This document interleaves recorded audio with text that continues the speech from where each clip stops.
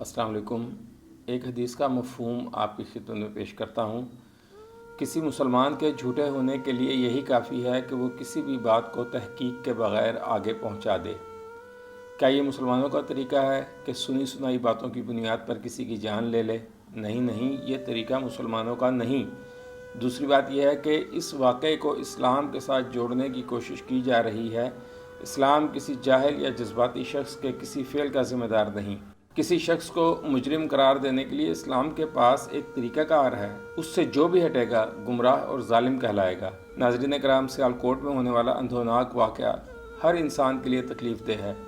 मरने वाला श्रीलंकन शहरी एक ज़िम्मी गैर मुस्लिम था, यानी वो गैर मुस्लिम जो इस्लामी रियासत में इसके कवानीन के मुताबिक ज़िंदगी गुजारे।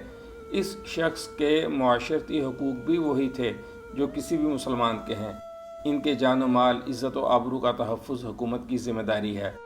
इसलिए हुकूमत को चाहिए इस वाक़े का सख्ती से नोटिस ले और मुजरिमों को करार वाकई सज़ा दे। सज़ा की सबसे अहम बात यह होनी चाहिए कि ये सज़ा सरेआम हो ताकि ये लोगों की इबरत का बायस बने। लेकिन अफसोस से कहना पड़ता है कि सरेआम तो दूर की बात, अगर सज़ा ही हो जाए तो ये बहुत बड़ी बात है। कुछ चीज़ें ऐसी नज़र आ रही हैं कि जैसे इस वाक़े का ताल्लुक़ एक मजहबी सियासी जमात से जोड़ने की मज़मूम कोशिश की जा रही है। मोमबत्ती माफिया को एक बहुत अच्छा मौका मिल गया है कि वो मजहबी जमातों पर कीचड़ उछाले।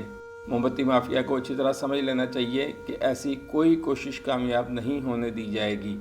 तहकीकाती इदारों को चाहिए कि वो पूरी तरह इस वाक़े की तहकीक करें ताकि असल मुजरिमों को करार वाकई सज़ा दी जा सके और इस सज़ा की वजह से दोबारा कोई शख्स ऐसी हरकत ना कर सके। हम सब बहैसियत पाकिस्तानी मरने वाले के अहले खाना के दुख में शरीक हैं और इन्हें यकीन दिलाते हैं कि मुजरिमों को जल्द ही कानून के कटहरे में लाया जाएगा और कानून के मुताबिक इनको सज़ा दी जाएगी।